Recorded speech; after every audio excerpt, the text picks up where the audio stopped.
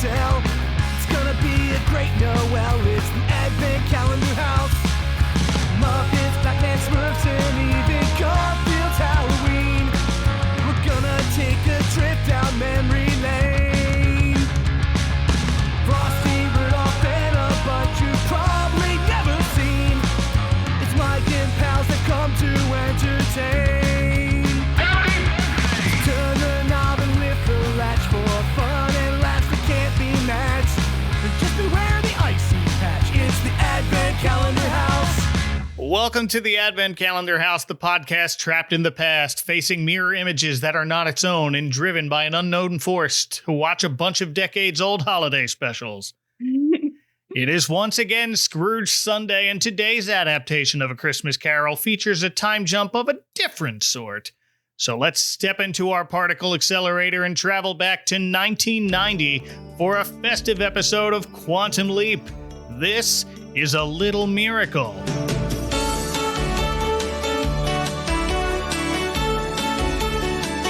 I am annoyed, half-naked business tycoon who apparently can't put on his own underwear without help, Mike Westfall.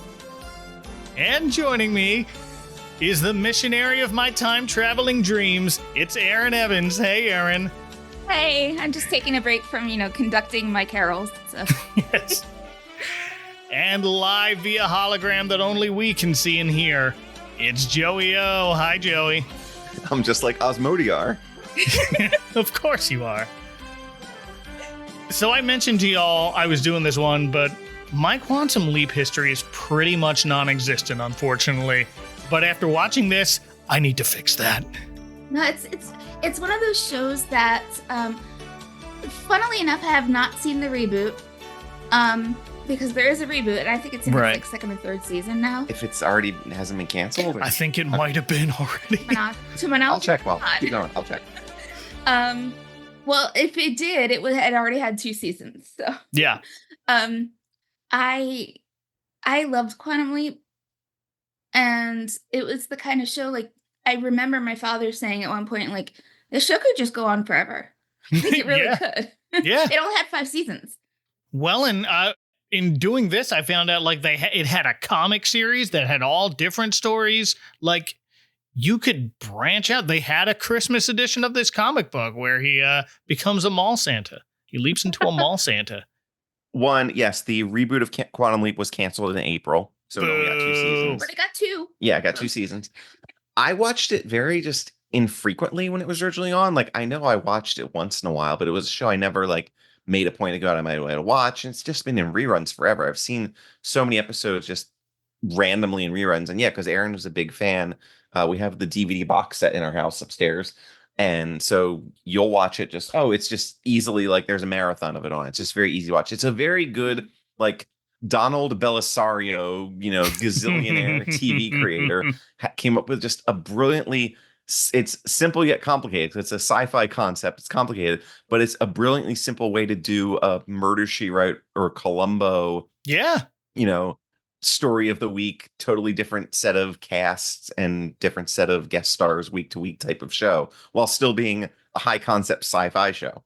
It might be difficult to imagine for me, but if there's anybody who doesn't understand or know much about Quantum Leap, it's just a framing device, just like Mr. Science Theater is a framing device for watching a bad movie, making fun of it, This is just the basic story is that, hey, this physicist in the future figured out a way to time travel, but it ended up going awry, and he just ends up in a random person's body at a crisis in their life. And his job is to hopefully right that wrong because something went wrong, and then to hopefully fix things, things that went wrong that I guess apparently affected present time. And because he's just lost out in space out there in his mind and switching bodies with other people. He does it once an episode, and it's always some crazy thing. They went to a lot of major hot button issues. There was someone who was accusing her boyfriend of rape. There was someone who was an unwed pregnant teenager. He became a priest that had to find someone, like save someone's soul, and a blind man who was trying to fix it. It's a lot of things.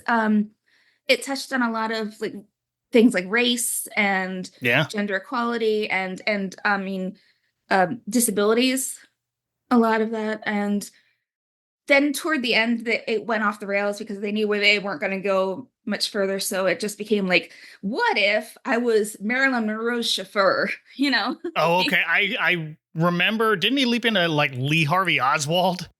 Yes. Okay. That's a two-parter. That's You need 2 episodes to. Okay. Yeah. Well, he leaps into Lee Harvey Oswald at I think 3 different times. Oh goodness. Oh. During those 2 episodes. Okay. That might no, that was Willie Garson. Okay. Was playing Lee Harvey Oswald. I might be thinking of another one. They all sort of blur when they get toward the end to me because it's like that's nuts and that's nuts because all the stuff was obviously not feasible, but you could take a step with your imagination and just let go with it. Yeah. And then toward the end, it was like, it's only supposed to be people during his own lifetime, but he stepped into the life of his own great-grandfather or something like that. It was odd. But Mike, most importantly, what is Sam Beckett's ideal goal? He hopes that the next leap is the leap home. Yes. So he will have a happy back to the future day. Well done.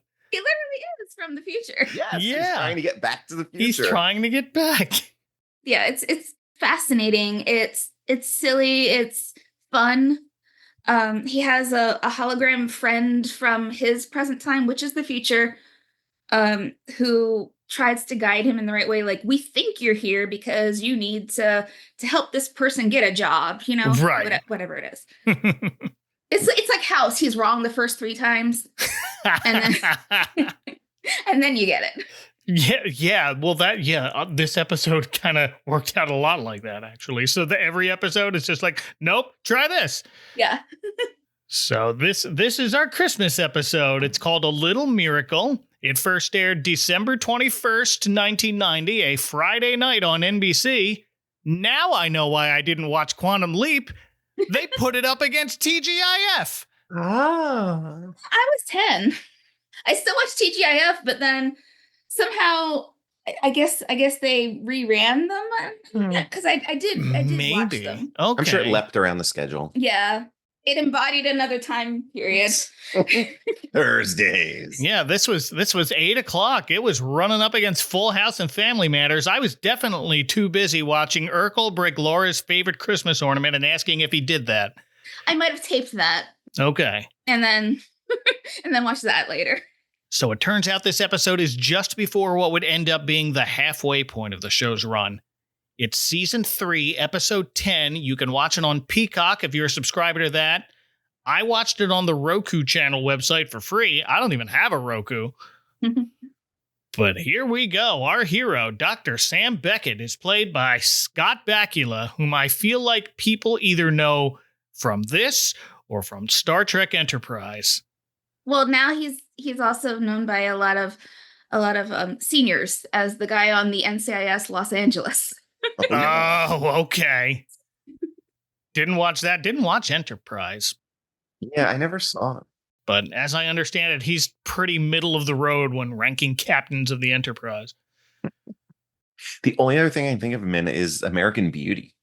Oh yeah. He plays one of the neighbors. Yeah. Uh-huh. He asks for how the roses stay so nice in his eggshells. Right. Yeah. Well, without further ado, let's see where Sam has leapt to today. Oh boy. The first thing he sees in the Christmas episode is that he's holding someone's underpants. They are very baggy. Yeah, they are. And he looks up to see a very annoyed naked man. That's right. Sam has leapt into every woman's DMs on every dating app ever. No, he's leapt into someone named Pearson, who works as the personal valet to Michael Blake, who, again, is annoyed and naked and tells Pearson, Pearson, you forgot the talc. Yes. Yes, well, tell. Yes, our Scrooge figure is so rich and powerful, he can hire a dude to put baby powder in his undies. And Michael Blake is played by Charles Rocket.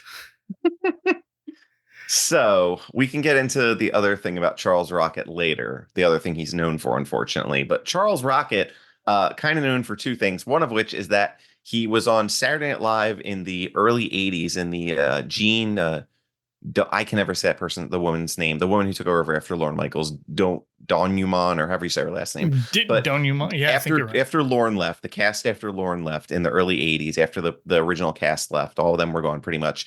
And right when Eddie and Joe Piscopo were taking over, Charles Rocket was the host of, he was the anchor for Weekend Update. He was. And he only lasted about one season because he dropped the F-bomb on live television on SNL and was fired for it. Yep. And he went on to have a pretty long career as a character actor. I was looking up his IMDb because he was in Dumb and Dumber, he's in Hocus Pocus. Yeah, he's the dad in Hocus Pocus. That's how I know him best. He did a lot of voiceover stuff. Looks like he did a lot of voiceover one-off appearances in the Bruce Timm Justice League, Batman type episodes shows. But he has a pretty long list of IMDb credits in the 80s and 90s as a character actor, just popping up here and there.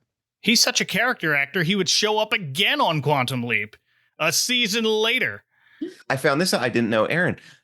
He got his start at RISD in Rhode Island. Really? The same time as Talking Heads. Like, he was in the same art scene that they came up in. They were all like there at the same time. I missed that. My sister went to RISD. Oh, wow. Yeah. But not at the same time as Talking Heads. No. She went in like the early aughts. I didn't go there, so. But here Charles Rocket is Michael Blake, who lives in a very big apartment in Manhattan, apparently overlooking Rockefeller Center, because we keep cutting to that coming back from commercial breaks. Or that might just be to show us it's Christmas Eve. And if the opening scene with the talc didn't make it clear, Blake expects Sam, or rather Pearson, to do everything for him, including pull out his chair for him to sit down in at breakfast, places a napkin on his lap, and fetch his morning newspaper. And Sam gives us a voiceover here. Leaping around in time has made me realize that in some strange way, I'm the servant of a higher power. But now I found myself a servant of a much different kind. And I want you to turn over my wardrobe. Read out all the old suits. Of course, Sam doesn't know where to look for the newspaper, but it turns out Pearson may have been about as incompetent before Sam leapt into him. Yeah, I wondered that after a while. Like, how many times can he forget what way is the door before this guy who has no patience for anybody else No. just kicks him out? Like, so maybe he always was like that. I guess so. Yeah, he's got to be some bumbling dude. Blake impatiently tells him to check the foyer. I haven't heard anyone pronounce it foyer since taking French in high school. Have you? I mean, if I ever had to say foyer, I would say foyer. Would you? Yeah. Not foyer? No, it's not a thing. Oh. I think both are acceptable. Okay. Oh, a garage. It's a car hold. It's a car hold. What about resume? Resume. It sounds so weird. Well, you put the little accents on it and it solves itself. So Sam stumbles around the very large apartment suite till he eventually finds the foyer and fetches the newspaper. It's the New York Times, dated Monday, December 24th, 1962. Please tell me you looked up what else happened in the world on that date. No, what else happened in the world on that date? I don't know. I just trusted. I expected you would. That you would. How did I miss doing that? I must have been taking notes like really late that night. To the internet. Historical events. The USSR performs a nuclear test at Novaya Zemlya. Oh, that one. Fashion designer Kate Spade was born. Okay. David Spade's sister, right? I believe so. I didn't know that. Yeah. The late Kate Spade. Mm-hmm. Yeah, that's it. That's all that's got. There you go. That's all that happened in the world. Yep. And Everyone else this. was asleep. It was Christmas Eve. People were busy. So Sam passes a mirror so he can take his customary look into it to see who exactly he is this week. And Pearson is a rounder, balder, more mustachioed man than Sam Beckett is. The Pearson in the Mirror is played by Milan Nixick, who's only got 6 other credits on IMDb, including an episode of Beverly Hills 90210 where they go to Vegas and he's a dealer. Okay. Did he have a lot of lines, or is he just like, they like the look of him? He didn't have any lines. He was just, probably. No lines in here, just looks in the mirror. We find out his character is Reginald Pearson, thanks to the appearance of Al, who's dressed in the most 1990 Hawaiian shirt I have ever seen. I mean, he's just like Al. That's all. Dressed like the opening credits of Saved by the Bell. Hey, it's not Christmas where I am. I mean, when I am. It's the middle of July. He is played by Dean Stockwell, who's probably best known for this, but his acting career spanned 70 years, dating back to 1945. Yeah, he's a serious actor, and yet somehow over time, because this is so popular and he's such a prominent figure in this show, and fun and memorable. Yeah. That this is the one thing that people think of. I think most of the time. I've never seen Blue Velvet. I think he's very well known for Blue Velvet. The other thing I think of him in is my favorite of the 90s Stephen King ABC miniseries adaptations, The Langoliers. Oh. Yes. With Bronson Pinchot. And you didn't say Pinchot. No. So. Pinchot, get out of the city. So you know when to say the last letter and not. Yeah. Yes, there it is.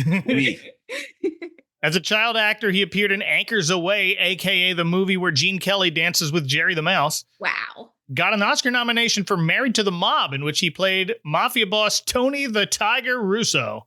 I loved that movie when I was little. I don't know why. He was great. I watched it many times. And I will note, he voiced an adult Tim Drake in Batman Beyond, Return of the Joker. Yes, he did. That's a great, very important role in that film. Oh, yeah. Oh, yeah.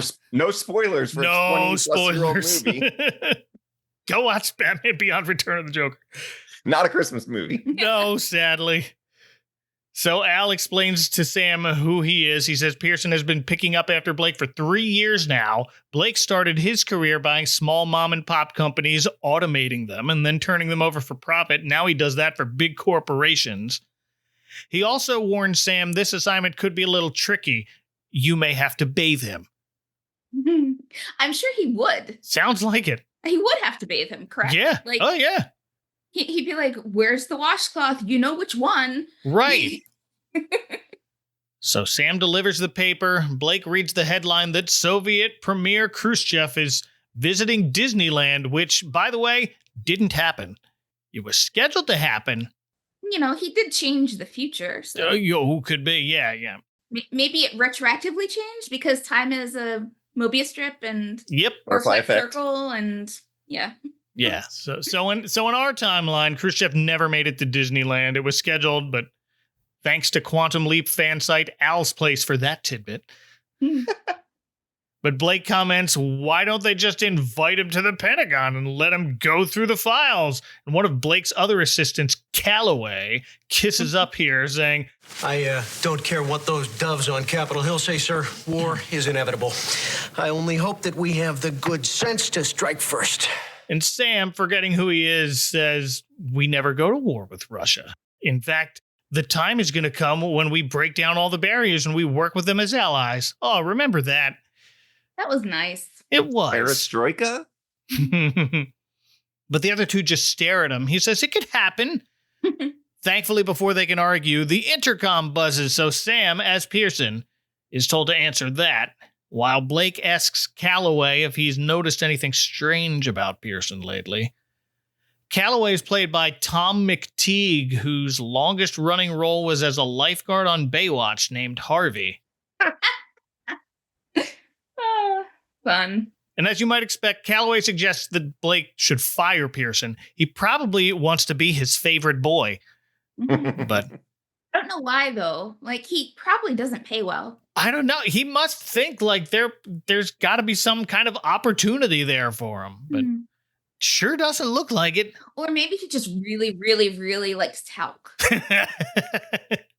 This episode is brought to you by Dr. Squatch or whatever. They sell talc, probably. So, meanwhile, the doorman downstairs tells Sam to let Blake know that there's a Captain Downey waiting for him in the lobby.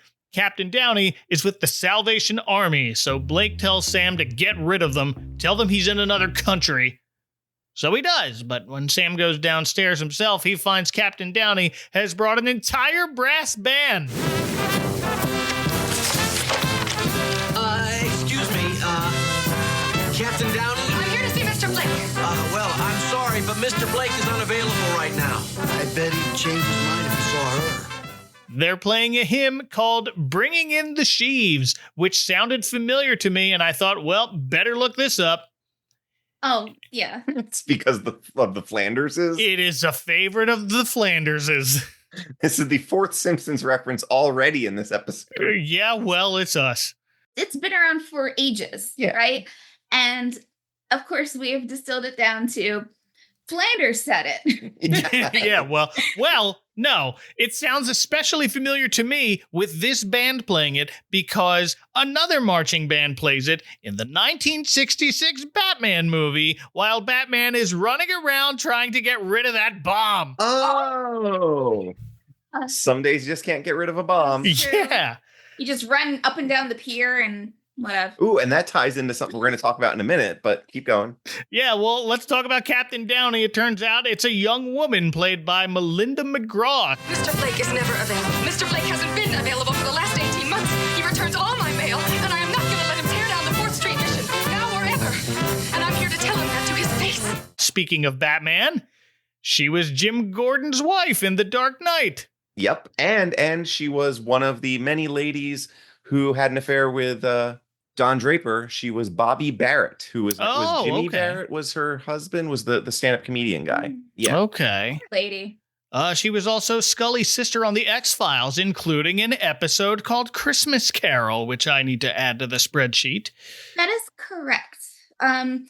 We watch a lot of The X-Files. I watch a lot of The X-Files during the weeknights.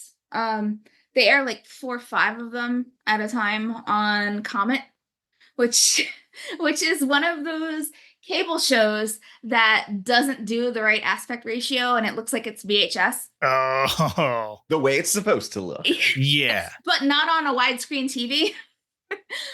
So they're a little squat. Oh, they're squished and oh no. A little. They don't fix it. No. Oh, boo. And then if you try to fix it, then all the other channels get... Yeah, of course. Yeah. I learned to live with it. That Christmas Carol episode of The X-Files is going to be tricky, though, because, like, it's a 2-parter, but the Christmas Carol part only happens in part 1, I think. There's also that ghost one with Ed Asner. That's the one that you would want to do if you were doing a Christmas episode of The X-Files. The Scully 2-parter is about her wanting to adopt a child. Right. So, but no, if Ed Asner's a ghost in the other one, yeah, we got to do that. And Lily Tomlin. And Lily Tomlin? Mm-hmm. Oh, I'm in. Put it on the list. Yeah. How do you say the actor who plays Fox Mulder? David Duchovny? Yeah, not Duchovny. See, you know when to say what to say, right? Yeah, of course. I've never heard Duchovny. You're just making stuff up. Sure. Before he was famous, a lot of people my age were saying Duchovny. Oh. Many people were saying. Okay. Oh, no. But Captain Downey tells Sam that Mr. Blake has been quote-unquote unavailable for the last 18 months, and this is her last-ditch attempt to stop him from tearing down the 4th Street mission. And Sam, ever the optimist, tells the captain, I'm sure Mr. Blake has no intention of tearing down the mission, but Blake walks in behind him and says, oh, yes, I do. The band's been playing this entire time, by the way. It's actually pretty funny. I mean, it is sort of a comedy. Yeah. And like the rich and powerful man he is, Blake assumes at first that Captain Downey is an older male member of the band and starts addressing him. But the real Downey corrects him and hands him a whole portfolio she's prepared about the mission and how it served Lower Manhattan for 47 years. She hands the folder to Blake, who hands it to Sam, but Downey takes it out of Sam's hands and gives it back to Blake, and this goes on for a bit.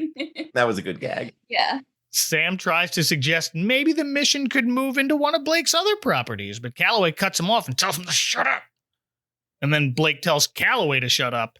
I like how, for as little as he tolerates Sam as Pearson, Blake also sees right through this Calloway guy's attempts to be his yes man. Yeah, I appreciate that. Mm-hmm. You can be a jerk, but you can be a multi-level jerk. Yes. The bottom line is the mission is on a block Blake has a permit to build on for a project he calls Blake Plaza, home to the most contemporary theaters, shops, offices, and apartments in all of New York. But if the mission doesn't move out by December 31st, he loses that permit. And Sam suggests maybe he could find a way to accommodate both his needs and the mission's, but Blake tells him he's way out of line and that he should worry about his own job and let Blake worry about his. And Al, who's been here the whole time observing, says out loud, Which is being a grouch. and then we get a big reveal that Blake can somehow see and hear Al. Did you say? Normally only Sam can do that. Al's a hologram, but Blake sees him. Calloway can't, and he's like, who are you talking to? Are there any other episodes where that happens for plot convenience like this? Sometimes children can see him. Okay. Like people who are pure apart, but in this case, he was like, I don't know, reading a sort of similar brainwave or something. Yeah, it was some sci-fi reason. Yeah, that's what he says. Before Blake can turn around, Al goes beep, beep, boop on his little device that looks like a 4-year-old made an iPhone out of random Lego pieces, and he's gone.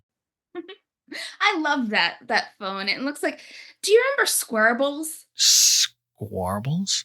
There were marbles that were square. No. Squarbles. Well, they were a thing. Okay, I'm going to put a commercial for Squarbles into our commercial break coming up. Yeah, you shot it with like this little like device and see. Anyway, they were square marbles. Which doesn't sound very practical, but they sort of look like that. No, I at this point I'm thinking, okay, well, it sounds a lot like I want to say a good third of the Hallmark Christmas movies of the last 5 years. Yeah. Where like the mean guy wants to take over the soul of the city by like making a megaplex under their own name and then, you know, is taken by that person and then they form an alliance, blah, blah, blah, blah, blah, that sort of thing. Oh, yeah. No, it's an easy plot to do, especially for a Christmas episode. Mm-hmm. But Blake does a double take, tells Sam to get rid of these people, and goes back upstairs, which is Al's cue to reappear to Sam, who's equally as shocked and says, he saw you. But the captain is still here. She can't see Al and thinks Sam is talking to her and replies, yeah, but he didn't listen. So Sam apologizes that he couldn't help her. Downey says, we'll survive, and leaves with the band as they play even more loudly on their way out. Bring in the sheaves, bring in the sheaves. Leaving Sam alone to ask Al how Blake could see him.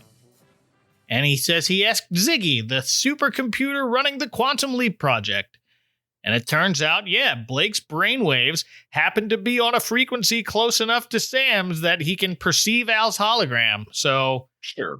Al's going to slightly change the frequency of his own hologram to get him out of Blake's range and stay within Sam's. Okay, so yeah, they're taking liberties, but at the same time, I feel like if they really wanted Al to be seen, which they never do, if they really wanted Al to be seen, they probably could do something like that. Yeah, just turn a knob. Mm-hmm. You could do that. You know, like how in some cars the radio sounded better at 100.2. Yeah.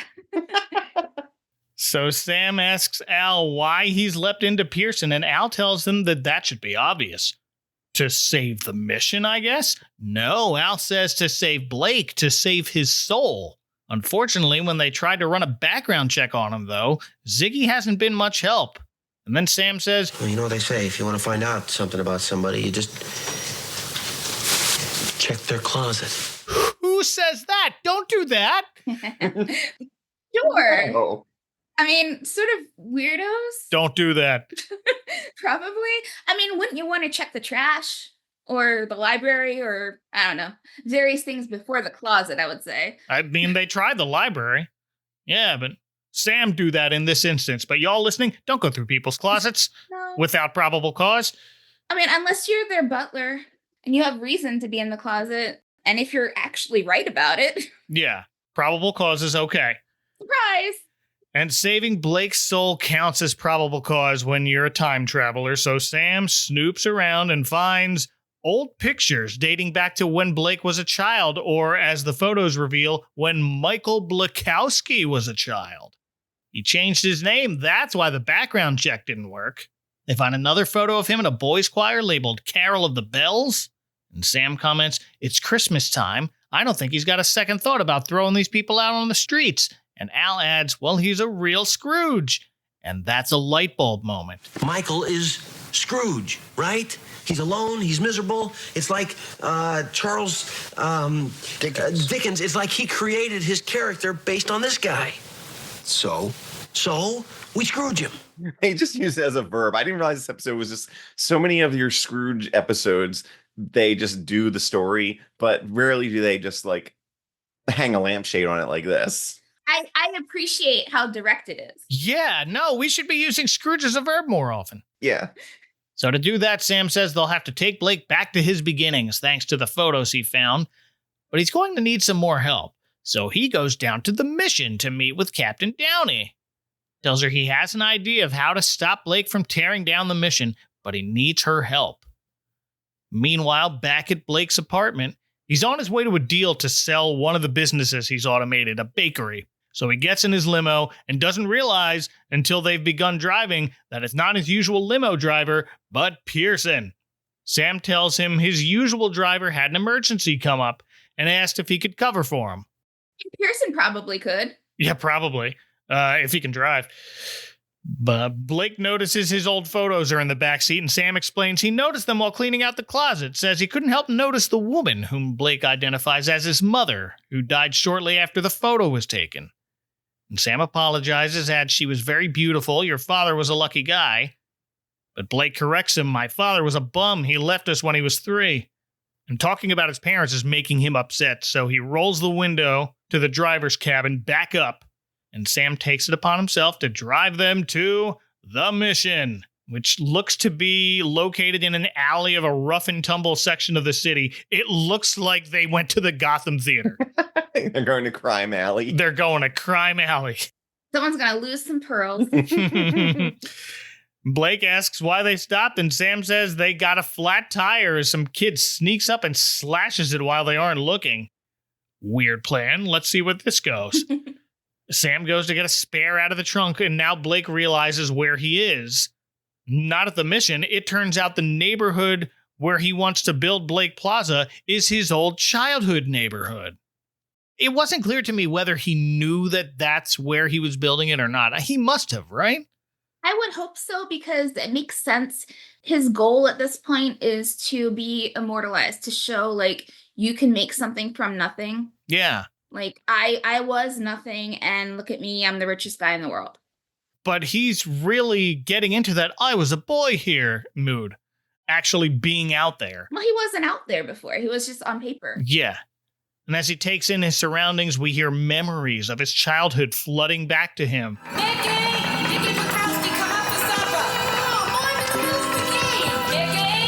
And can I just say, as a fellow Michael, boy, am I glad my mom didn't decide to nickname me Mickey. No, thank you.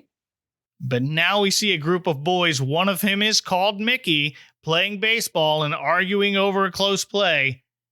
And that's when Captain Downey arrives on the scene and asks, Are you okay? You look like you've just seen a ghost. You're not far off, Doc. Blake now looks very confused and asks, do you know those boys? What boys? Ooh. Now I understand what's going on. I like this plan. So if you haven't caught on yet, Sam must have had the mission round up a bunch of kids to act out these memories of Blake's childhood based on the bit of background information they were able to find from the pictures. It is still Christmas Eve and still daylight, by the way. How long is this day? It is a long day. It does seem like one, for sure. Blake asks to use the phone, and the captain tells him there's a payphone inside around the corner. I'm at a payphone. So as they walk around the corner, Blake is suddenly in a much more cheerful, nostalgic mood as he looks around his old neighborhood, points out where his old friend Charlie used to live. They come across a street vendor selling chestnuts, and Blake buys a bag for himself, and then he buys one for Downey, and then he turns to Sam and says, "Make that 3, please." This is the fastest Scrooge face turn I think I've seen in a long time. I was thinking that too. I'm like, man, his mood really shifts once they start walking around that neighborhood. Well, I mean, they were in Murder Alley, and then they literally turned a corner, and it was jolly Christmas time. So Jolly Christmas time. maybe, I think because he mentioned smelling the chestnuts, maybe that immediately, like, sense memory. Oh, yeah. So Blake realizes he knows the vendor. Max Washinsky? Do I know you? It's Mickey Bukowski. Mickey? Mickey! Jeez, I'll be damned, it is you! Hey, Mickey! And he introduces him to Miss Downey, and then he asks, this is Pearson. They chat for a bit, and then Blake asks Max if he remembers his old friend Charlie, and Max has to be the bearer of bad news. Charlie was killed 4 years ago after he got drunk and jumped in front of a bus. He adds Charlie had been in pretty bad shape since losing his job at the bakery Blake bought out. Womp womp. I mean, he doesn't know he's Michael Blake, but still, I put 2 and 2 together. It's the bakery he bought out. At first, I thought this was going to be like, oh, that guy is the Marley of this story, and we're going to do a little more of a one-on-one, but we didn't really do that. No, we didn't. Yeah, but that's where I thought this was going. Also, Max, the chestnut guy, partly his hair and partly his outfit made me think of David Johansen as the cabbie in Scrooged. But he's wrong. We're not there yet. No, we're not there yet. We're going to get something that's even more David Johansen as cabbie in Scrooged. And also, side note, because I mean, this maybe a little more later, but also Downey also gives off some Karen Allen in Scrooged vibes throughout, too. She does. Yes, she does. She's unflappable. She's ceaselessly caring and kind. And I don't know, that might irritate him, but it also is not, driving him away at the same time. No, I feel like it's attracting. Yeah. As well, like as they talk. I feel like he would be irritated by anybody else. Yeah, probably. Yeah. Yep. But Blake tries to change the subject now and pay for the chestnuts, but then Max tells him, no, this one's on the house. Blake impatiently tells him, just keep it, will you, Max? And walks away, leaving Max to turn to Sam and ask, I do something wrong? No, I didn't. And we go to commercial for Squarbles. I got them as an Easter gift one time. Okay. Hang on, I gotta look these up. It's like if you made Squarbles out of jujubes and then you like put a light in them, that's what the little calculator communicator thing is. Yeah, they're glass cubes. Oh, wow. They even have the little swirlies. How have I never seen these? It looks vaguely familiar. Oh, here's an 80s commercial for it. Ooh, there you go. Oh, good. The moment we first saw him, he had squabbles in his hands. Squabbles, square marbles. Well, he sure couldn't make them dance. He's a squabble sharpshooter. Impossible but true. Squabble sharpshooter. Look what he can do. Checking the angle, breaking the pack. With all 6 shooters, he knew how to attack. Sharpshooter. You can be one too. Be the squabble sharpshooter.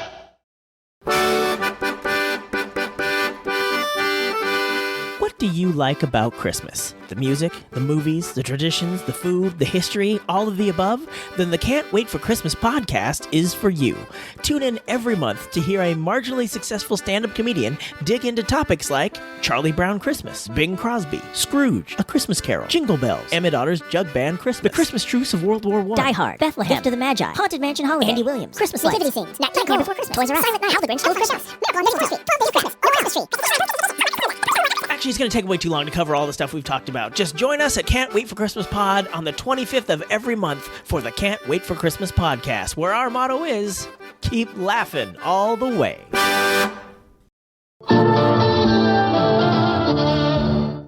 Well, back at Blake's apartment, Sam tries to lighten the mood by turning on the Christmas tree lights, but Blake tells him to turn them off.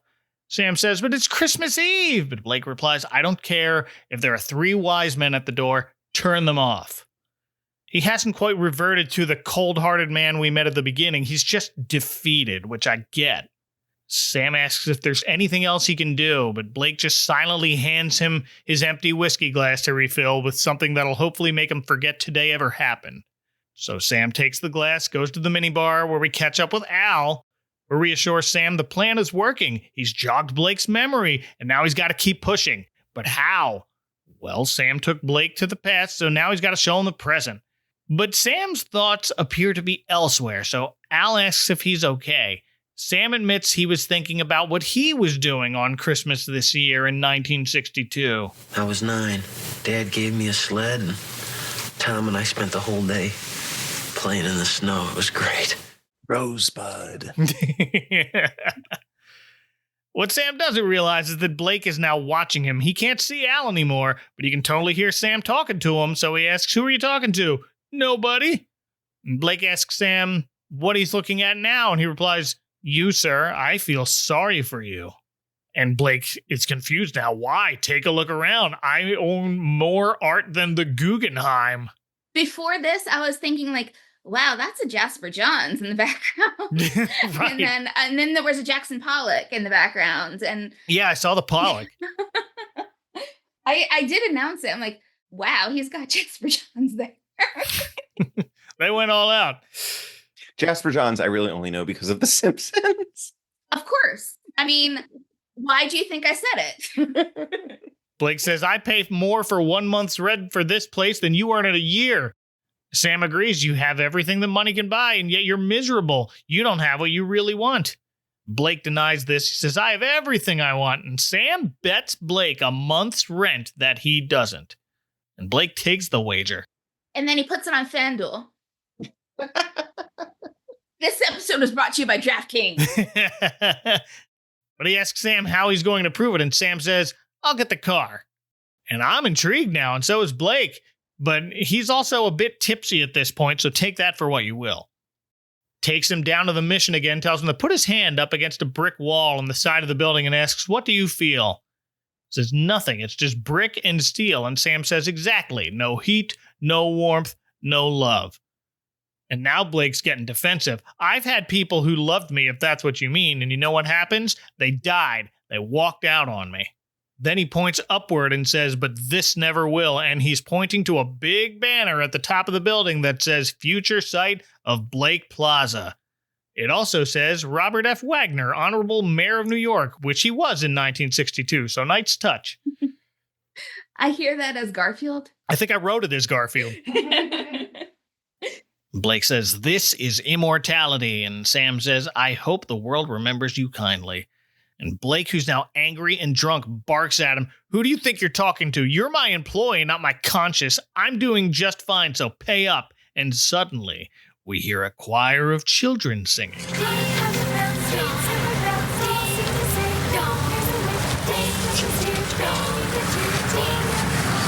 Do you hear that, sir?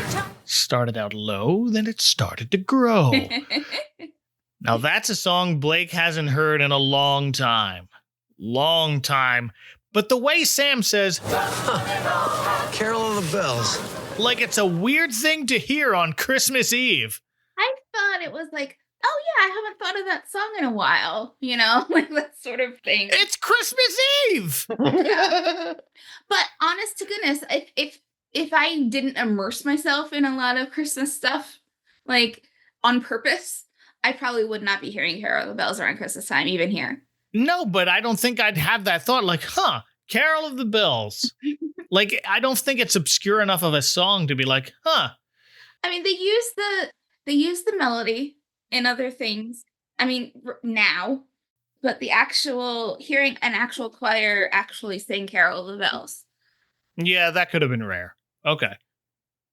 So they go into the mission where we find Captain Downey is leading this choir. It's beautiful, isn't it, sir? Yes, she is. I mean, you know what I mean. Yes, sir. Sam looks at him surprised, and I'm here like, pay attention, Sam. The captain is equally as surprised to see the two and asks what brings them down here, and Blake can't seem to find his words. So Sam somberly completes his sentence. We were checking on the construction site. Oh. The captain thought for a second Blake might have changed his mind and come with good news of great joy, but nope. Captain, this building has to come down. I have everything riding on this project. Then we wish you well. You do? But he says it real earnestly here. He's genuinely trying to make her understand his position. I appreciate that, though, as well. I mean, you can say it one way or you can say it another way, and he's already said it the one way. So I like the different intonation. Mm-hmm. So the captain invites them to stay and join the choir, and Blake immediately says no, but Sam interjects with, yes, you used to sing in a choir, didn't you, sir? Got him. The choir starts singing Joy to the World, and Blake is reluctant to join in, but they sing all 3 verses of Joy to the World just to show him slowly building up the courage to sing along. Or, if you're in a mission and you have no other form of entertainment, you do sing all the verses of the song. Well, sure, yeah, like in the story. And you have the words with you in front of you, so... Yeah, in the story you sing all 3 words. Like on a TV show, it's very rare that they do the whole song. But he joins in now, and we see Captain Downey starts staring at Blake rather doe-eyed. She then announces there's a special treat for everyone. Piernick and Makovic. Sounds like a law firm. A very Polish law firm. Have you been involved in a car accident? Call Piernick and Makovic. Mesothelioma. Sam, like myself, doesn't know what that is, so old Mickey Blakowski explains it's Polish. It's honey nut cake with poppy seed jelly rolled cake. He explains it's a Christmas tradition, and yes, that appears to be true. I have Polish family. How have I never had this? I don't know. Have you had pierogies? Yes! I don't know. I mean, I don't know how to say the word for the special donuts. No, that's Pennsylvania Dutch. Yeah. Specifically Pennsylvania Dutch. No, it's like pashki, something like that. P-A-C-Z. Potsky. Yeah. I think. Something. Potchki. I don't know. I don't know that one. But they stay and eat with them, and now we see Blake starting to open up to the captain. Says his mother used to make these every Christmas. He also tells her there's so much that he doesn't know about her, and he'd like to change that. Hey, I'm tearing your building down, but I'd really like to get to know you better. It was all ruse. Like I'll get her attention. I'll string her along for 18 months, warning her that her building's gonna go. Oh, that would be super creepy, but it seems to be working. Yeah, I wouldn't put it past some people. Yeah, I mean, it was the 80s, man. It was the 80s. Ever since he saw that, we've been doing that. Oh, yeah, no, yep, it stays with you. But I love how Bingo just goes like, it was the 80s. Sorry. That's okay. But Sam is now watching the two from a distance with Al, who tells him, this is better than anything we could have dreamed of. You saved the man and the mission. And Sam relents that it looks like it anyway, but Al is sure of it. So they watch as one little boy, the rattiest, tiny, timiest looking kid they could find, gives Blake a little toy horse. What have you got there? This is for you. For me? His name is Sheldon. There's a different young Sheldon. Yeah, exactly. Joey's like, not young Sheldon. A much, much different young Sheldon. Horse Sheldon. Yeah. This kid is Horse Sheldon. Horse Sheldon. And now I'm thinking of Jim Parsons voicing Horse Sheldon. This kid is played by Jarrett Lennon, whom you two might know from Cheers as little child genius Lud Tortelli. Not really, but there were a lot of Tortellis. Okay. He was also a voice on Hey Arnold as Eugene. Had small roles in a bunch of shows, including Freaks and Geeks, Doogie Howser, and Boy Meets World. I could keep going. I will call out his appearance on an episode of The Wonder Years as a young Paul Pfeiffer. Oh. Yeah, that makes sense. He was on an episode of Buffy. Eventually that child was gonna need braces, so. Oh, yeah. So Blake sits the kid on his lap and starts talking to him, and Al is just eating this up. He checks his little not iPhone thing that's hooked up to Ziggy and says there's now a 97% chance that Sam has successfully turned Blake around. But wait, That number starts to drop. Now it says 95%, 93%. We don't know what's happening until the door opens behind Sam and Al, and in run those kids from earlier who were pretending to be young Mickey and pals. And Blake recognizes them right away, and his face just drops. I underestimated you, Captain. Pretty clever using the kids. Excuse me? Don't play dumb. You were trying to make a mark out of me, and I was actually falling for it. But it isn't going to work. You hear that, Pearson? It's not going to work. This building comes down in 1 week. And it's going to take a lot more than Piernick and Makovic and some three-legged horse to stop it. They almost had him. We now cut back to Blake's apartment later that night, where he tells Sam he won't be needed anymore that night. Sam firmly says he was not trying to trick Blake, who asks, well, then what were you trying to do? Change me into somebody I'm not? And Blake heads to bed, telling Sam he'd better hope he doesn't want to fire him in the morning. And get rid of that damn tree. And after he leaves, Al appears and reminds Sam they still have to save Blake's soul, or he can't leap out of here. And besides, think of the people down on the mission. But Sam's pretty defeated right now and says it would take a miracle to convince Blake at this point. And as the words leave his mouth, he gets another idea. He remembers, oh yeah, they're Scrooging Blake. They've shown him Christmas past and present, and now it's time to give him the ghost of Christmas future. Al raises an eyebrow, wondering what Sam's thinking, and the next thing we see is Blake asleep in bed, followed by the sound of clanking chains, and here comes Al, dressed in ghost makeup. Hey, Blake, wake up! He's like Dayglow, David Johansen. Yeah, he's like David Johansen in Scrooge, but also like the Joker as a zombie at the same time. Yeah, it's so bizarre. Handprint like this, and like someone tried to choke him with one big like oven mitt. Right, he's got this weird black line across his throat. I didn't understand that, but now if you look at like both sides, because it's just like one bit here, and it's got like a Muppet hand here. It was supposed to be like the outline of someone having choked. Okay, very odd. Very odd. Yeah, no, my first thought was, hey, that's the wrong ghost. Even Blake calls this out, says, the ghost of Christmas future wore a black robe. Jacob Marley wore the chains. I am the ghost of Christmas future. Ooh. Yeah, the further, like, just put, pointing it out. Yeah. Besides, he recognizes Al as the jerk from the lobby. Says he recognizes the bad clothes, but Al's wearing different bad clothes. Well, he just doesn't have a great fashion sense in the eyes of Charles Rocket here, I guess not. Who among us? But my favorite part about this is the fact that he just ends everything with ooh. Yeah, he's just like, ooh. I'm the ghost, ooh. There's a red light coming from his hat, too. It looks like someone's aiming a laser pointer at it. I'm not sure what that was about. I mean, red equals hell? I don't know.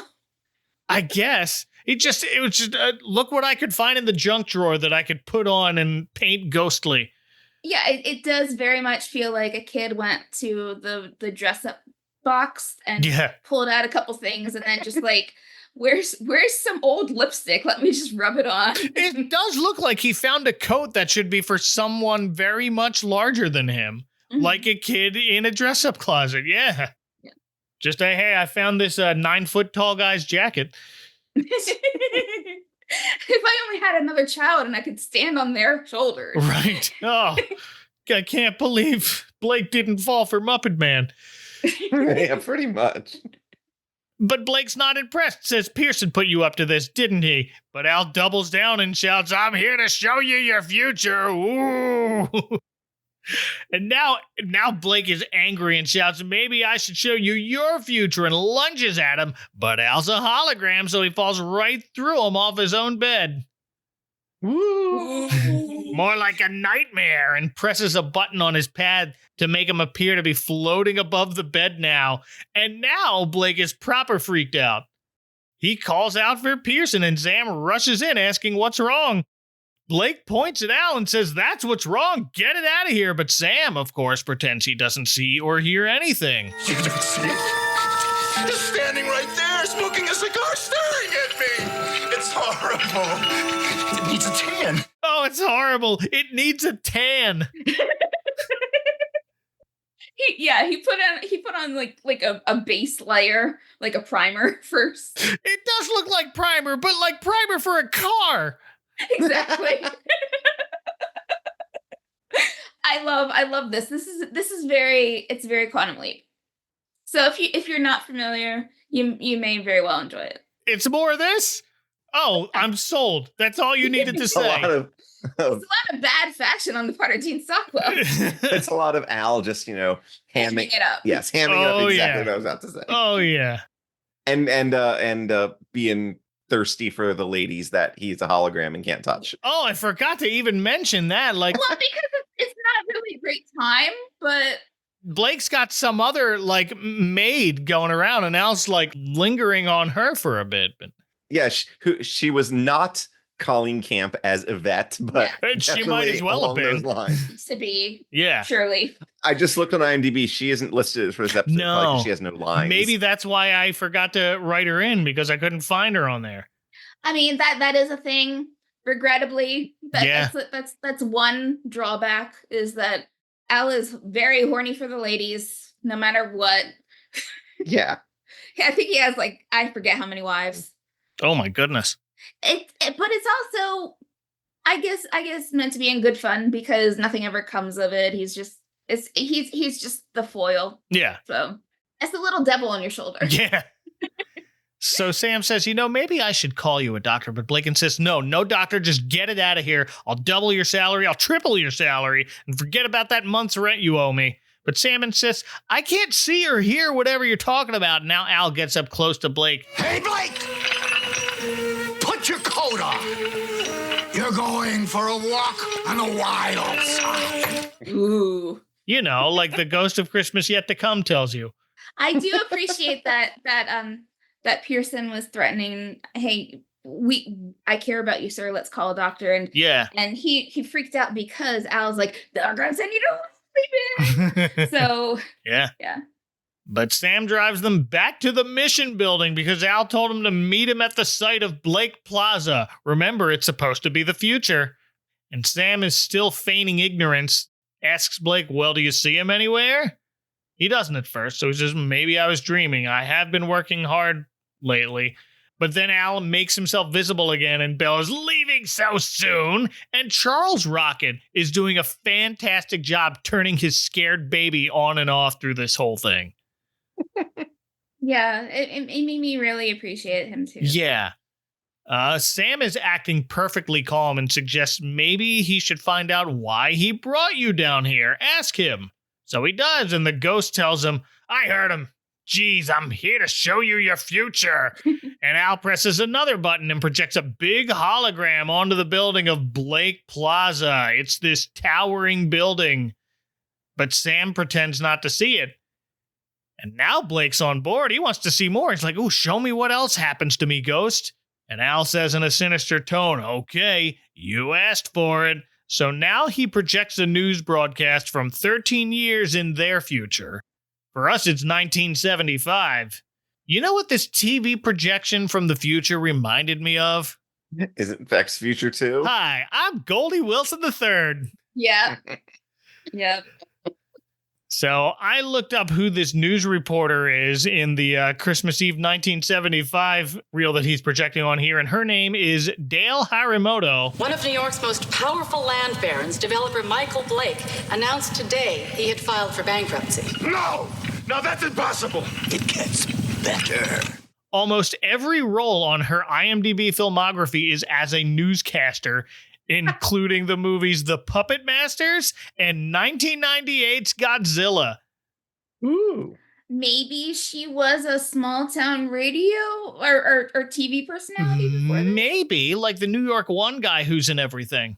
Maybe they just wanted somebody of color who was female. Yeah, but this might be the most typecast actor I've ever come across. That's true. She did, but she seemed very good at it. Oh, yeah, she was great at it. She reports Michael Blake has filed for bankruptcy, and our Blake shouts, no, that's impossible. And I was waiting for Al to say, search your feelings, you know it to be true. But he simply says it gets better, and we see an older Blake on the TV avoiding a mob of reporters. It's Charles Rocket in old man makeup, so I guess... Now, do y'all think that's a real clip from Al's 1975 that he dug up, like archived footage, or is he faking this somehow? I figured that's the future, yeah. Yeah. It's what is recorded before any changes take place. Okay. I didn't know how his holograms worked, so. Mm-hmm. They do have material in the framing device of a Quantum Leap episode. They do have material like newspaper clippings. Like in this case, he was in the media and well known throughout the city. So they have video footage. Okay. The news then switches to sports to report the New York Knicks have done it again. So I had to look that up. Yeah. And on Christmas Eve 1975 in our timeline, the Knicks did indeed do it again, besting the Milwaukee Bucks by 2 points and a buzzer beater. You've done it again. And sometimes you just don't know what that means. Like I've been while I'm watching the X-Files on Comet, which is that a strange little cable channel. I see a lot of a lot of commercials that I wouldn't have seen otherwise. And they're all very disturbing. Like, Blue Chew, you've done it again. Oh, and then you find out the Blue Chew is like for generic Viagra by mail. Yep. So I don't know why I know that. I feel like someone was just making fun of that recently. I'm just like, what? Oh, okay. Or it sponsored a podcast you listen to. Yeah. It didn't, though. It was like, must have been like some YouTube parody video or something. I don't know. It's just a lot of ladies with duck faces going like, Blue Chew, Blue Chew. And then the one at the end says, Blue Chew, you've done it again. And I don't know what that means. Calgon, take me away. Yes. No, I understand that. But Blake shouts at the ghost, what have they done to me? And Al explains, you did it yourself. You wanted it all. So you borrowed and leveraged until at the end you had nothing. Nada. Zero. Zilch. Zip. So Blake asks, what about Blake Plaza? Is that still there? Oh, it's still there. And with the ring of a bell, we see the sign change to Sumito Plaza. And that really gets him. Yeah, and he doesn't want to see anymore. He begs Sam to make the ghost go away. But Al says, oh, come on, Mickey. You don't want to walk out before the end of the movie, do you? And he disappears and reappears behind a chain link fence in front of the mission, beckoning Blake to come to him. And we find Al is standing in front of a headstone with Blake's name on it. Whose lonely grave is this? Saying he died the next year in 1976. And I guess I should put a warning here. Warning! Yeah. Because Blake asks how he dies, and as Al so eloquently puts it, he took a header off the top of the Blake Plaza in the rush hour. Woof. Yeah, so here's where you loop back around to the other thing, unfortunately, for me in this episode, is that, like I said, Charles Rock is unfortunately famous for two things. One, saying the F word on SNL, and two, that he committed suicide in the mid-90s. According to his Wikipedia, they found his body on his property in October of 2005. He was only 56 years old. Yeah. So it's really sad, and there's not much more known beyond that. Nor do I really need to. No, that should cover it. But it's really like, I remember, Aaron, you told me about this episode. I feel like I'd seen a little bit of this one, but you saw it like a year or two ago and like saw the whole episode and told me, I'm like, oh, that Charles Rocket, that's the first thing I think of with him, unfortunately. Probably because I read about him in like an SNL book years ago and it was brought up in there. It's very, very much about SNL. But yeah, I don't know a whole lot about Charles Rocket. I just know he's in things and then not in things and then not. Pretty much. So it's sad. So I noticed that, and that's why I mentioned it to Joey when I saw this episode the last time. Yeah. But Al tells Blake he had nothing left to live for. No friends, no family, no love. And he disappears, and Blake finally breaks down and sobs. Says, I don't want to die alone. I'm sorry. I'm a horrible man. Yes, sir. Hurting people. not caring about anyone but myself. I don't want it to end like that. And Sam says he still has time to change things. And they look up at the sky now, and we see a very bright star shining down very specifically onto the entrance of the mission building as we hear Silent Night. Kristen, do you see that?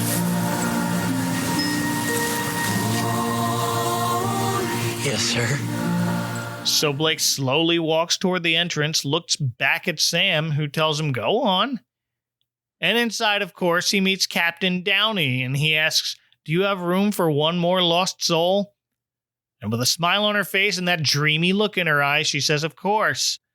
And we just see those two standing under that beam of starlight as Sam asks Al what happens to him now. And Al punches a bunch of buttons on his pad and finds out in 6 months they get married and eventually have 3 kids. That's fast. Well, I mean, they're getting older. Her biological clock was ticking. And then Sam continues, I guess he never builds the plaza, but Al says he does build it. He puts the mission on the first floor. Oh. Was that so hard? Then Sam wonders if Blake would have knocked on that door if Al hadn't put the star up there, but Al says he didn't put it up there. Ooh, a ghost. No. The Holy Ghost. Yeah, this star looks like every star in every Christmas special. Maybe a little more 1990. It looks like it's from that HBO feature presentation intro. It looks like a cool white light. Yeah. Which wasn't very popular until then. Okay. But Sam looks back and, hey, it's snowing now, but just in the one spot on the street. They didn't do a great job with that. Just a guy with a bucket. Maybe it only did snow on the one spot on the street. Yes, it was a freak snowstorm. Tiny cloud. Look, it's the heavens telling you you've done the right thing. Yeah, yes. Merry Christmas, you old building and loan. You old Blake Plaza. But Sam and Al wish each other a Merry Christmas, and this is a very well done effect where it's only snowing on Sam. We see the flakes falling on him, but not Al since he's a hologram. Pretty good for a TV show in 1990. Yeah. Bravo. And finally, as the snow continues to fall, we see Sam leap forward again. His work here is done. And as is customary, we see where Sam leaps to next, and it's into, well, my copy had a ship captain on a boat passing by the Statue of Liberty. Is that what you saw too? Yes. Okay. As a woman in a wedding dress bursts through the door, calls Philip, and kisses him, then slaps him and asks, why the hell are you here? And Sam simply says, oh boy. Oh boy. And that's it. However, and this is really clever on the show's part because next week's episode was a rerun. It's a rerun. They do that a lot. I like that too, because sometimes they'll just put in a different cut depending on what the next episode actually was going to be or what it is, or they would change. Yeah, that was really clever. But since this was the Christmas episode, they were going to take a break. So they showed a rerun the next week. And so they went back and used the same clip that they already had. This is the beginning of an episode from the previous season called Sea Bride. Which makes sense. It fits. Yeah. Very clever, but something they never went back and retconned when they released this on home video. But that's it. Really interesting take on our usual Christmas Carol. Yeah. Final thoughts on this episode of Quantum Leap or the show in general? 2 things I have in my notes that we didn't get to. One, so unfortunately, for decades, you just assume that if a TV show or a movie has a rich New York real estate baron who wants to put his name on a tower, it's going to be a Trump parody or reference of something. Yeah. And they didn't do that here. You were expecting it or waiting for it. I was, at least. And it didn't happen, thankfully. But then when I said that to Erin afterwards, she tells me in another episode, he's a cabbie. I think this is also a Christmas episode because he's a cabbie who's trying to earn his who's trying to earn his own, I forget what it is. It's like a plaque or a badge or a badge. Okay. To own his own cab, because as the cabbie at the time, right, you didn't medallion. Yes, that one. The medallion. So you don't actually own the car. You have to get so much. You have to earn so much. A lot like truck drivers do. Yes. And there's a woman who claims to be an angel throughout the episode, trying to help him. Very strongly, my brain is telling me it is also a Christmas episode. And one of the passengers, just in passing, because this happens on Quantum Leap, there was a kid in the back seat going alone because I'm sure parents were elsewhere. And Sam, as the cabbie, is talking about like, oh, you know what? They different ideas for buildings and stuff. And as the kid leaves, it's a young Donald Trump. Yeah. That's the best possible reaction. What did you do, Sam? Fart noise. So the other thing I've written down, I looked up one of the writers of the episode is a guy named Sandy Fries. So apparently he wrote a lot of 80s and 90s cartoons and also was a regular writer for Star Trek Next Generation. But then I got excited because his bio said he joined the Rankin Bass family. Really? But it was because he was a writer on Thundercats. Oh, okay. Well, that counts. It does count. Yeah. But not as much as I was hoping when I saw that name. Well, yeah, by that point, they were done. They were done with Christmas stuff. Yeah, but apparently he wrote on a lot of just like one-off, a lot of different cartoons in the 90s and 80s. Okay. And for Quantum Leap and Star Trek. Wow. But regardless, I saw Rankin Bass. I was hoping there would be more connections, but there wasn't. Would have been fun. It was fun regardless. Yes. I like this a lot. I think everyone is fantastic here. Al's dressed up as the wrong ghost, and they call it out, and it works for Al's character. It really does. It's indicative of the tone of the show. Okay. In general, there's a little bit of peril. At least there's some serious stuff. There's some comical stuff. Sam is kind throughout. Trying to literally just be a good person and trying to fix whatever it is that went wrong, because you don't know what the thing was that went wrong. Yeah. Until you happen upon it. It's just a lot like that. If there's any sort of musicality in the episodes, I mean, yeah, Scott Bakula shows off his like theater chops, and there's one where he's Don Quixote and the Man of La Mancha. Oh, nice. Yeah, it's fun. There's fun episodes. They like to dress him in drag a lot because it's funny. Okay. Yeah, it's interesting. There's a lot of serious episodes, but it's handled with humor and grace. Love that. And it looks like there's another Christmas episode in season 5 from 1992 where Sam leaps into a guy in the process of robbing a bank. So that should be fun.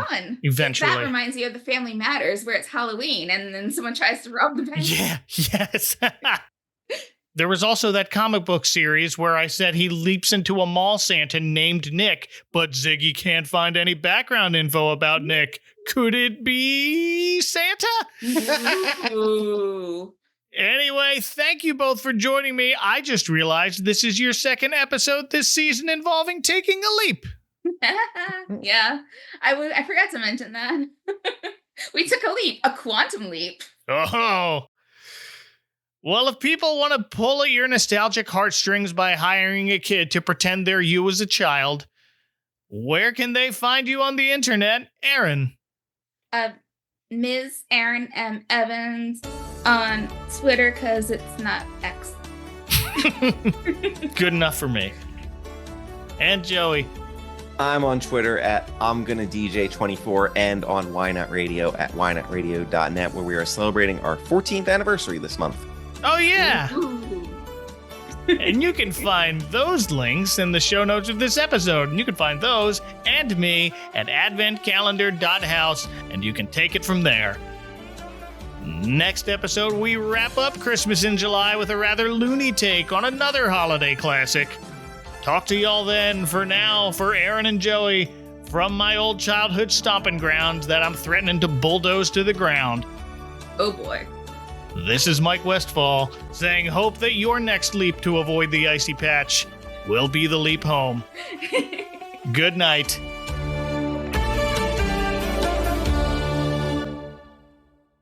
Merry Christmas, everyone. Next time on the Advent Calendar House. I'm your guardian toon angel. It's a star-studded spectacular. Hey, hi, I'm the ghost of Christmas past. Beam me up, Santa. Featuring all your favorite characters. I feel like I'm in a bad episode of Quantum Leap. You'll see the tunes like you've never seen them before. Prepare yourselves for a dynamite performance. It's a wonderful Tiny Toons Christmas special